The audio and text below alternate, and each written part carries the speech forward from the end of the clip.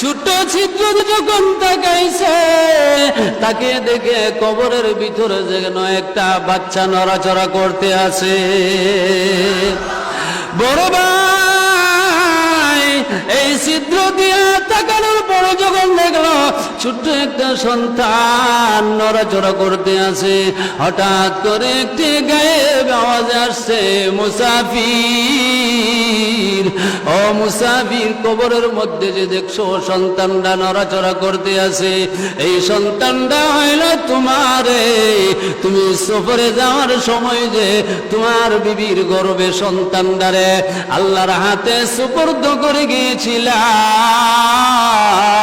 তুমি যদি তোমার বিবিরেও আল্লাহর হাতে সুপর্দ করে যাইতা, যেমন ভাবে সন্তানটারে আল্লাহ রাব্বুল আলামিন তোমার বিবি মৃত্যু হওয়ার পরেও কবরের মধ্যেও যেমন ভাবে হেফাজত করেছে, ঠিক তেমনি ভাবে তুমিও যদি তোমার বিবিরে আল্লাহর হাতে সুপর্দ কইরা যাইতা, তোমার বিবিরেও আল্লাহ হেফাজত করত। একজন মুসাফির তাবলীগের কাজে চইলা যাইব, মুসাফিরের বিবি হামেলা।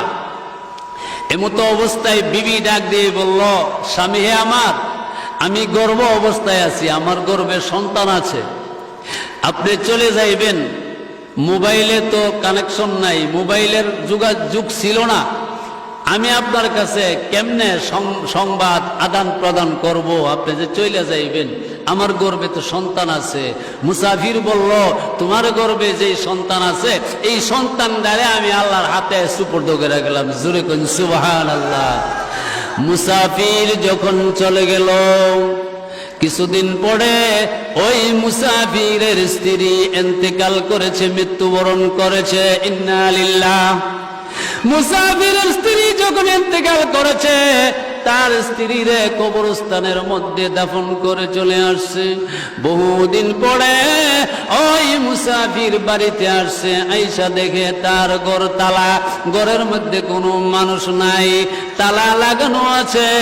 বাইরে ডাক দিয়ে বলল, বাইরে আমার বিবি কোথায়? ভাই ডাক দিয়ে বলল, ভাই তুমি যখন চলে গিয়েছিলা, কিছুদিন পরে তোমার বিবি ইন্তেকাল করেছে, আমরা কবরস্থানে দাফন করেছি। ছোট ভাইরে সাথে নিয়া বড় ভাই কবরস্থানে গেল তার বিবির কবরটারে জিয়ারত করার জন্য। কবরস্থান জিয়ারত করে যখন ফিরে আসতেছিল, এমন সময় বড় ভাই তার বিবির কবরের দিকে আবার ফিরে তাকাইলো। ফিরে যখন তাকাইছে, তাকানোর পরে সাথে সাথে দেখে যে কবর থেকে উপরের দিকে দাও দাও করে আগুন উঠতে আছে। এবার বড় ভাই ডাক দিয়ে বলল, ছোট ভাই এ কি দেখলাম, আমার বিবির কবর থেকে দাও দাও করে উপরের দিকে আগুন উঠতে আছে। এবার ছোট ভাই ডাক দিয়ে বলল, ভাইরে প্রতিদিন আমরা দেখি বাবির কবর থেকে উপরের দিকে আগুন ওঠে। বড় ভাই বলল, আমার বিবির কবরের কাছে আবার আমার যেতে হবে। ছোট ভাই বলে, আমি যাব না। বড় ভাই যখন কবরের কাছে গেছে, গিয়ে দেখি কবরের মধ্যে ছোট্ট একটা ছিদ্র দেখা যায়। ছোট্ট ছিদ্র দিয়ে যখন তাকাইছে, তাকে দেখে কবরের ভিতরে যেন একটা বাচ্চা নড়াচড়া করতে আছে। বড় ভাই এই ছিদ্র দিয়ে তাকানোর পরে যখন দেখলো ছোট্ট একটা সন্তান নড়াচড়া করতে আছে, হঠাৎ করে একটি গায়েব আওয়াজ আসছে, মুসাফির, ও মুসাফির, কবরের মধ্যে যে দেখছো সন্তানটা নড়াচড়া করতে আছে, এই সন্তানটা হইল তোমারে। তুমি সফরে যাওয়ার সময় যে তোমার বিবির গর্ভে সন্তানটারে আল্লাহর হাতে সুপর্দ করে গিয়েছিলা, তুমি যদি তোমার বিবিরেও আল্লাহর হাতে সুপর্দ করে যাইতা, যেমন ভাবে সন্তানটারে আল্লাহ রাব্বুল আলামিন তোমার বিবি মৃত্যু হওয়ার পরেও কবরের মধ্যেও যেমন ভাবে হেফাজত করেছে, ঠিক তেমনি ভাবে তুমিও যদি তোমার বিবিরে আল্লাহর হাতে সুপর্দ কইরা যাইতা, তোমার বিবিরেও আল্লাহ হেফাজত করত।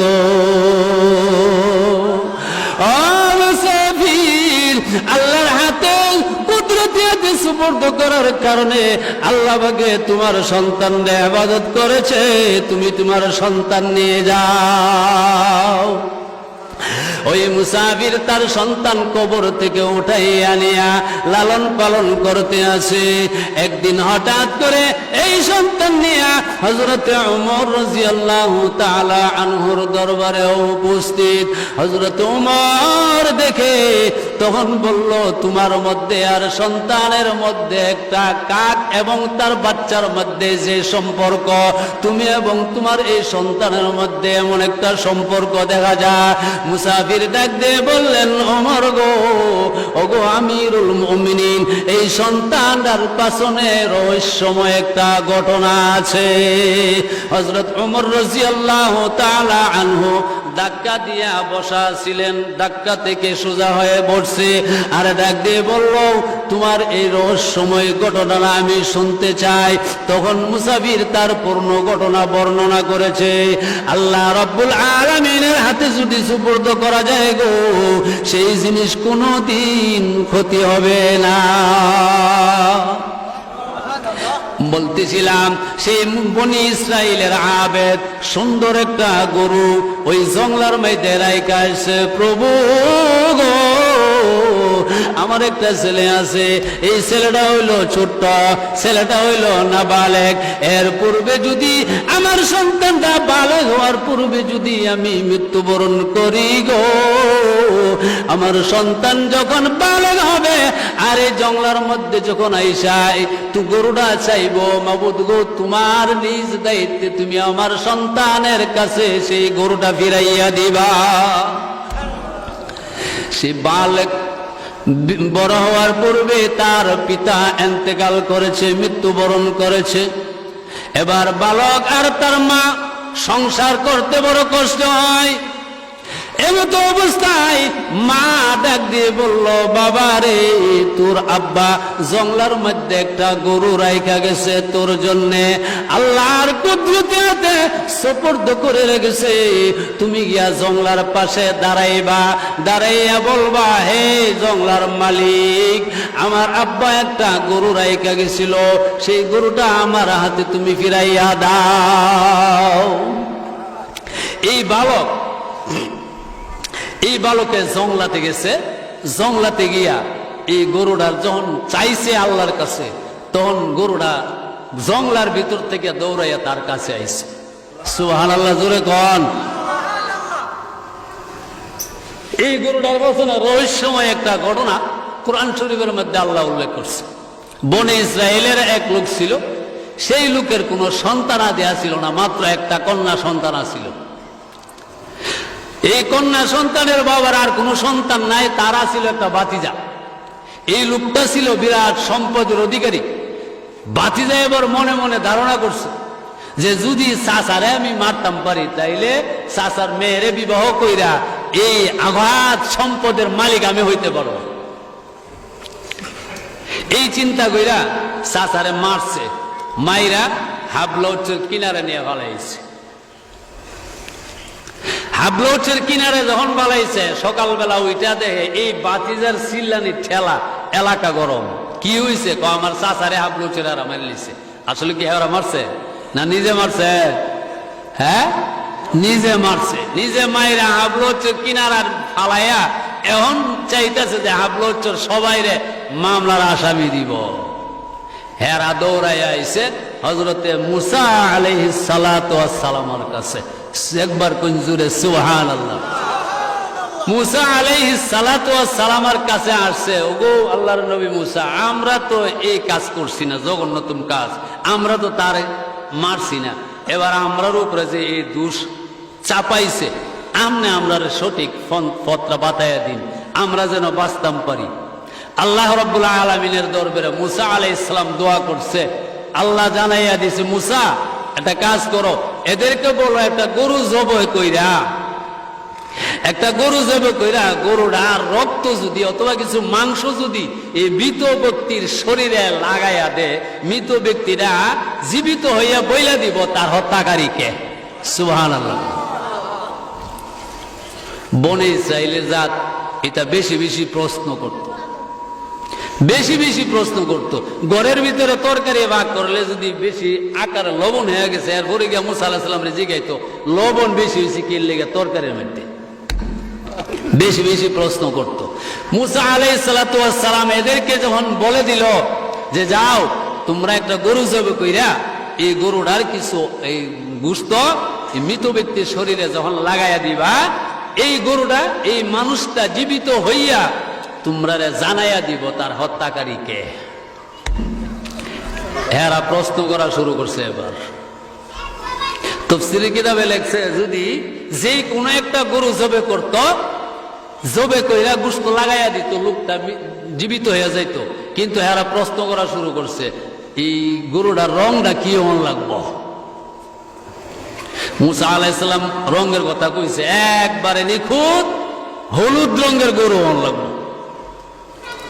এরপরে জিজ্ঞাসা এই গরুটা এটা কি হাল চাষের গরু হইতেইব না নিখুঁত গরু হইতেইব? এরপরে জিজ্ঞাসা এই গরুটা কি পুরুষ হইব না মহিলা হইব? এরপরে জিজ্ঞাসা করছে যে এই গরুটা কি অল্প বয়সের না বৃদ্ধ হওয়ার লাগবো? কোরআন শরীফের মধ্যে আয়াতে উল্লেখ আছে।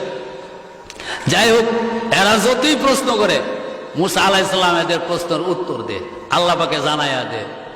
এরপরে সিদ্ধান্ত হইছে, আল্লাহ পাকে জানাইয়া দিছে যে হলুদ রঙের একটা গরু জবে কইরা যদি তার গোশত লাগাইতে পারে তাইলে মৃত ব্যক্তি জীবিত হইয়া তার হত্যাকারীর কথা জানাইয়া দিব। হেরা এই রঙের গরু তালাশ করতে করতে করতে করতে বনে ইসরায়েলের সময় গেছে 40 বছর। সুবহানাল্লাহ, জুড়ে কত বছর? প্রশ্ন যদি না করত, যে কোনো গরু জবাই করে লাগাইতো, মৃত ব্যক্তি জীবিত হইয়া তার হত্যাকারীর কথা জানাইয়া দিত। কিন্তু প্রশ্ন করার কারণে সময় গেছে কতদিন? 40টি বছর পর্যন্ত সময় গেছে, কিন্তু গরু তালাশ করে পায় না। আল্লাহ রাব্বুল আলামিন জানাইয়া দিছে এই দুই, যারা মা এবং বাবার বাধ্যগত সন্তান হবে তাদেরকে আল্লাহ রাব্বুল আলামিন দুনিয়াতে এমন লাভবান বানাইয়া দিয়া দিব। সুবহানাল্লাহ, জোরে কোন। একবার 4 ছেলে। এই লোকটা হয়েছে অসুস্থ।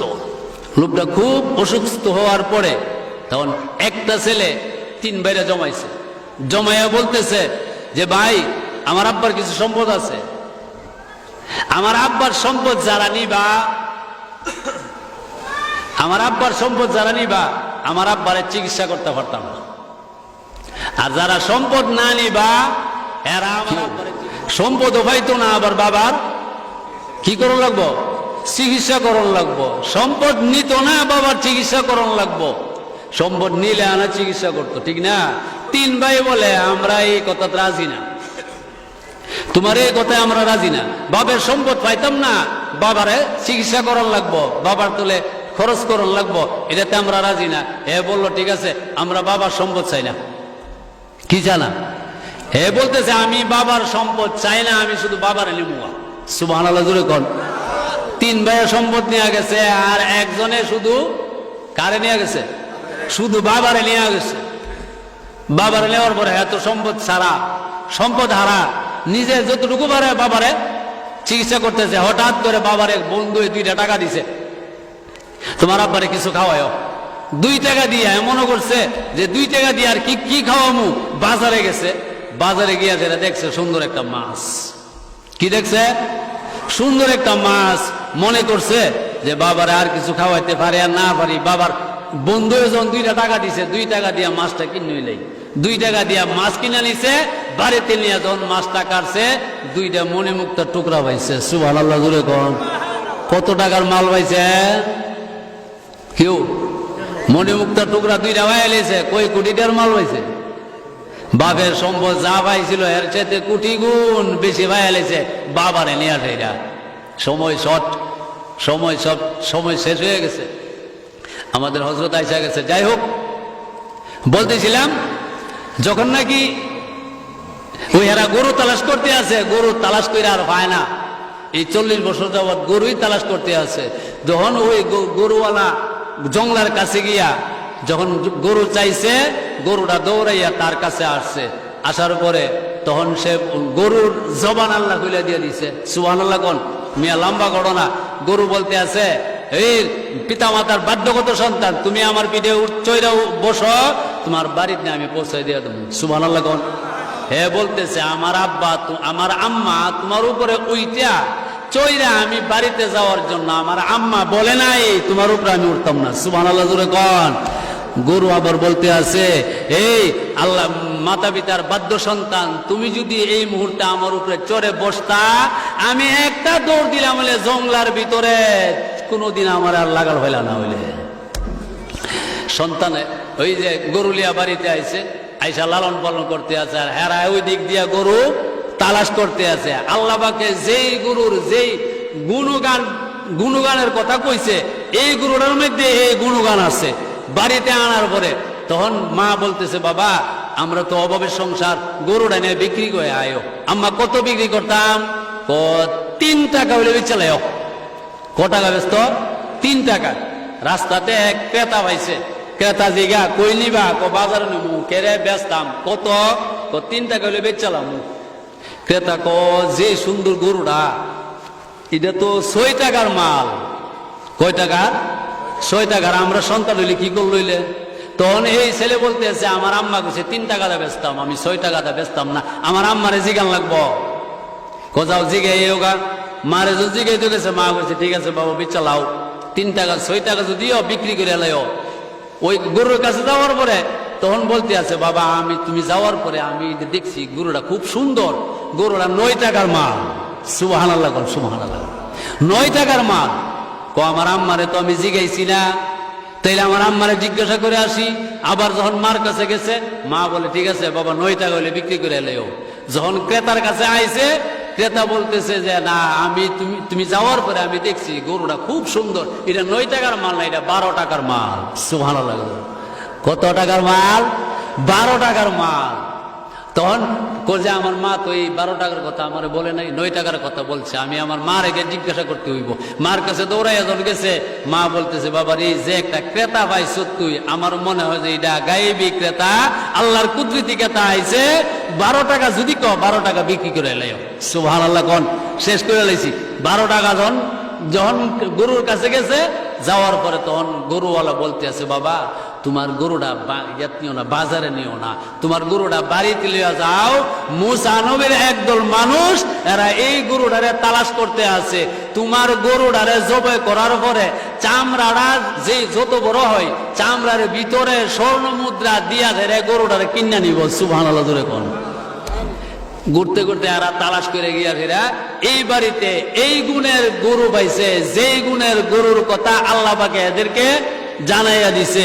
মা বাবার বাধ্য হওয়ার কারণে আল্লাহ রাব্বুল আলামিন কত বড় সম্পদের মালিক বানাইছে। আল্লাহ রাব্বুল আলামিন এই আবু হানিফের সন্তানরা যারা আছে, এদেরকে তার মার বাধ্যগত হইয়া দুনিয়ার জিন্দেগি করতে পারে। আমরাও যেন মা বাবার খেদমত করতে পারি।